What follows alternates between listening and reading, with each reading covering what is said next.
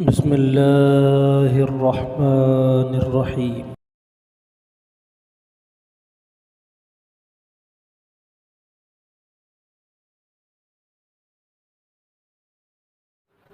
وقار بھائی کبھی تو جہاز ہی غائب ہے. برموڈا ٹرائنگل تو ویسٹ میں ہے اور ایسٹ کی اس حدیث میں ذکر مل رہا ہے. تو اگر آپ ڈریگن ٹرائنگل بھی بولیں کہ حضور صلی اللہ علیہ وسلم کا اشارہ ڈریگن ٹرائنگل کی طرف تھا، تو ڈریگن ٹرائنگل تک بھی نہیں پہنچا جا سکتا 30 دن کے اندر. تو وہ بھی سعودی عرب سے اتنا دور ہے کہ 30 دن اس زمانے کی کشتی 30 دن میں کیسے پہنچ سکتی ہے؟ نہیں پہنچ سکتی وہ ڈریگن ٹرائنگل. تو وہ وہاں پہ زیادہ سے کیا زیادہ الفاظ ہیں؟ ہندوستان. میں نے اس پہ اصل میں ایک بار تحقیق کی تھی جی، میں بتاتا ہوں. جی یہاں جی. پر الفاظ ہیں کہ ہاں میں آپ کو عربی میں بتاتا ہوں.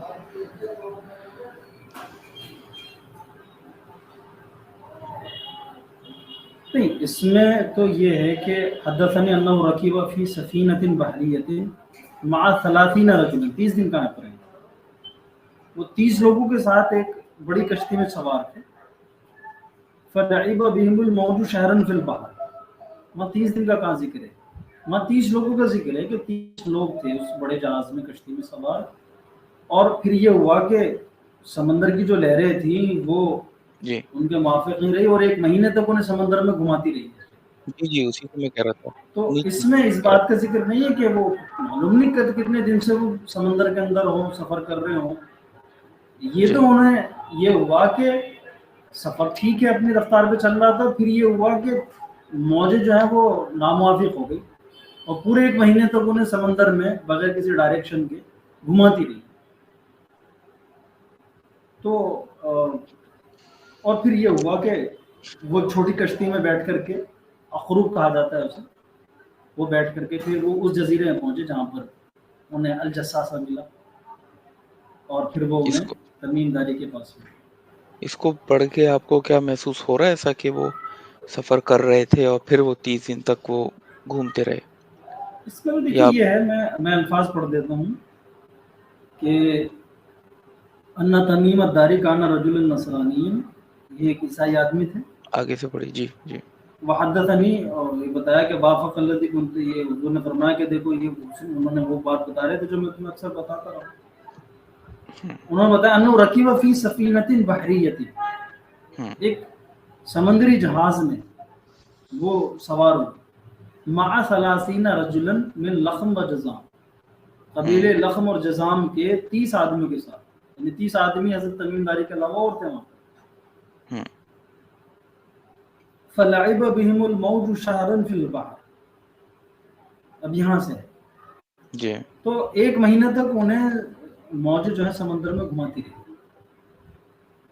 یعنی بھٹکتے رہے ایک مہینے تک. سفر کب شروع کیا تھا یہ ذکر نہیں ہے بھئی. ہوں یہ کہ ایک سفر شروع کیا، اس میں 30 آدمی تھے اور پھر یہ ہوا کہ ایسے نہیں سفر شروع کرتے ہوئے بھی موجوں نے گھیر لیا. تو پھر آگے کا ذکر کر رہے، بیچ کا انہوں نے اسکپ کر دیا کہ ایک ہوں مہینے تک جو ہے وہ سمندر میں بھٹکتے رہے ہیں اور ہمیں کہیں کنارہ نہیں ملا. پھر یہ ہوا کہ ایک جزیرہ میں دکھائی دیا تو ہم چھوٹی جو کشتی ہوتی ہیں ان میں بیٹھ کر کے ہم جو ہے وہ ایک اس جزیرے پہنچے جہاں پر پھر الجساسوں سے ملاقات کی اور اس نے پھر وہ سوالات کی جس کے بارے میں پھر حضور نے اس نے کہا کہ میں جو ہے پوری زمین میں گھوم جاؤں گا جب میرے نکلنے کا وقت ہوگا سوائے مکہ اور مدینہ کے. تو حضور کے ہاتھ میں نیزہ تھا، اپنے وہ نیزہ جو ہے وہ ممبر پر مارا اور کہا کہ حاضی طیبہ حاضی طیبہ حاضی طیبہ لا ہوں يدخلها الدجال. یہ طیبہ ہے، یہ عرض طیبہ ہے، یہاں پر دجال نہیں آ سکتا. تو ان دو مقدس شہروں میں نہیں جائے گا دجال. تو یہ آپ نے فرمایا کہ، اور آپ بڑا اہتمام آپ نے کیا اس گفتگو کو بیان کرنے میں کہ دیکھو یہ وہ تمام باتیں جو میں تمہیں بتاتا رہا ہوں اور مجھے تمیم داری نے بتائی. ہوں تو پھر اس میں آپ نے شام کے بارے میں کہا، پھر یمن کے بارے میں کہا، اور پھر آپ نے 3 بار کہا کہ نہیں وہ من المشرق، مشرق کی طرف آپ نے اشارہ کیا کہ وہ مشرق میں ہے. ہوں تو یہ ہوا. لیکن میں وہ الفاظ پڑھ دیتا ہوں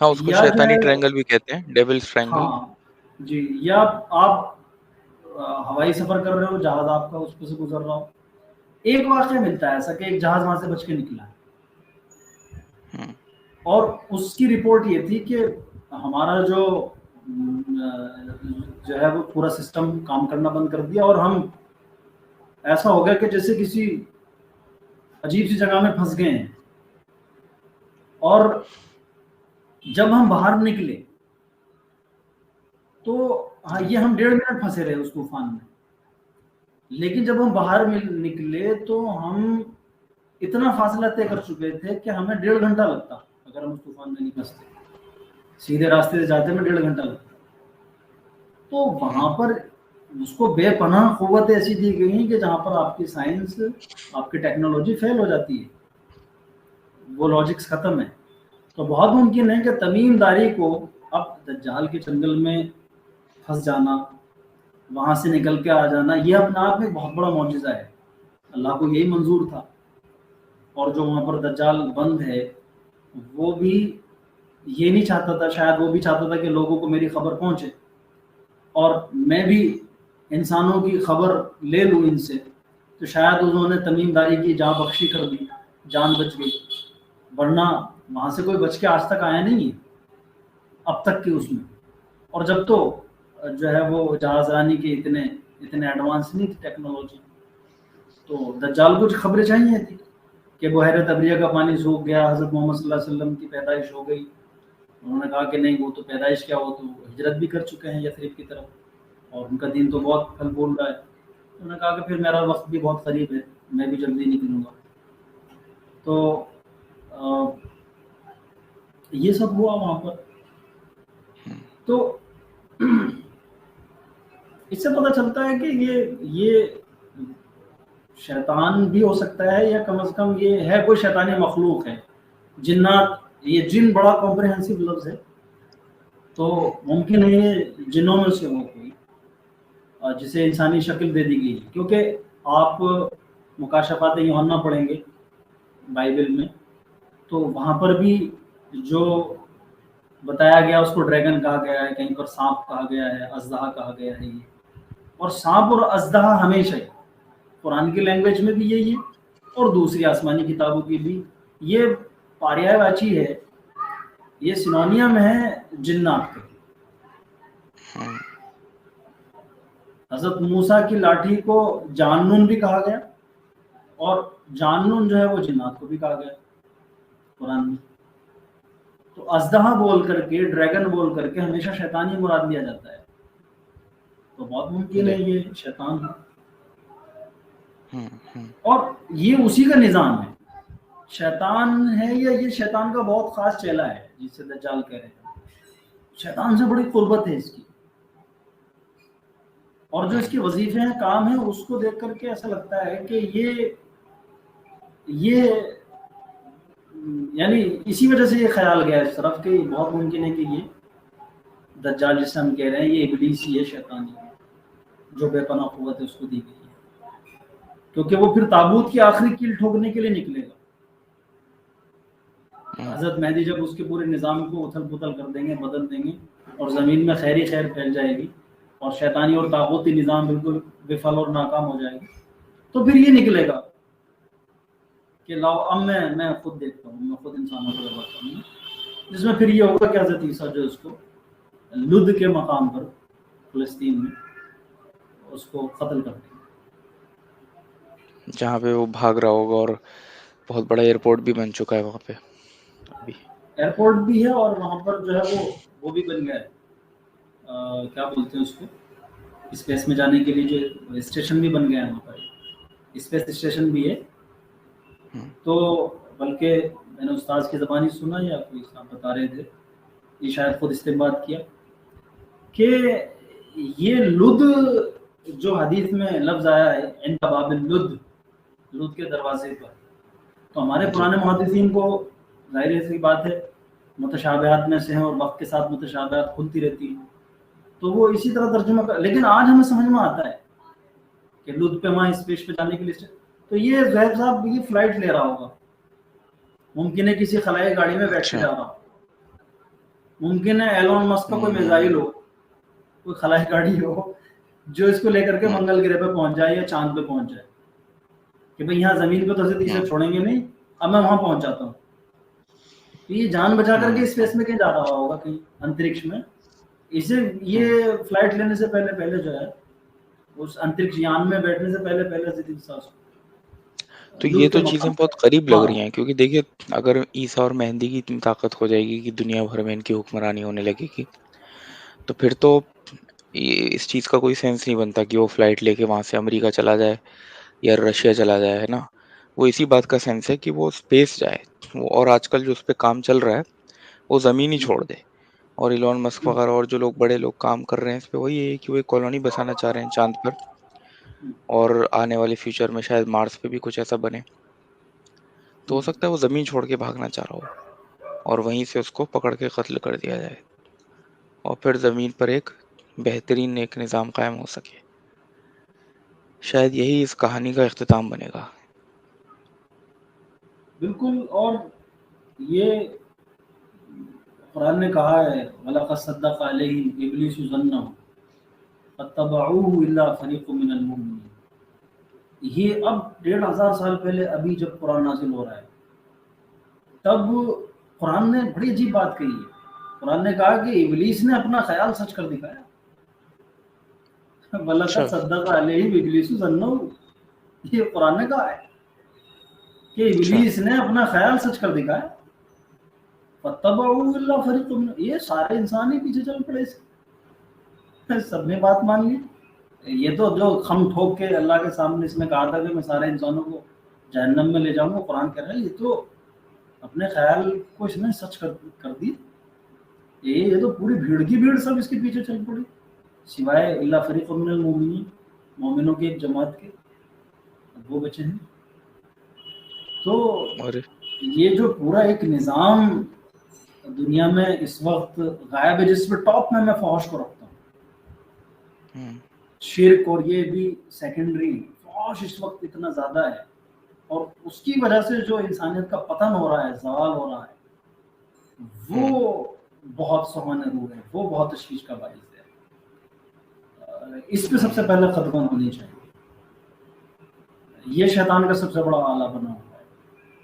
تو حضرت مہدی جو ہیں وہ یہی کریں گے کہ اسکالرس کے بڑے بڑے لوگوں کے ذہن میں وہ چیزیں نقطے نہیں آ رہے ہوں گے کہ جس میں انسانیت کی فلاح مضمر ہے. حضرت مہدی کو مہدی اسی لیے کہا گیا ہے کہ یہدی معافی صدور الناس, وہ چیز کی طرف لوگوں کی رہنمائی کریں گے جو لوگوں کے دلوں میں ہے, لوگوں کے ذہنوں میں ہوں گے وہ حلول, وہ حل, سولوشنز, لیکن وہ کہہ نہیں پا رہے ہوں. حضرت مہدی جو اس کو نافذ کر دیں گے عملی طور پر کہ بھائی فوج چھوڑو. اب یہ آپ موبائل کھولتے ہیں, فوج تصاویر آپ کو دیکھنے کو ملتی ہیں. حضرت مہدی کی اگر حکومت قائم ہوگی تو وہ سارے ملٹی میڈیا موبائلز جو ہیں نا یہ سب بند ہوں گے.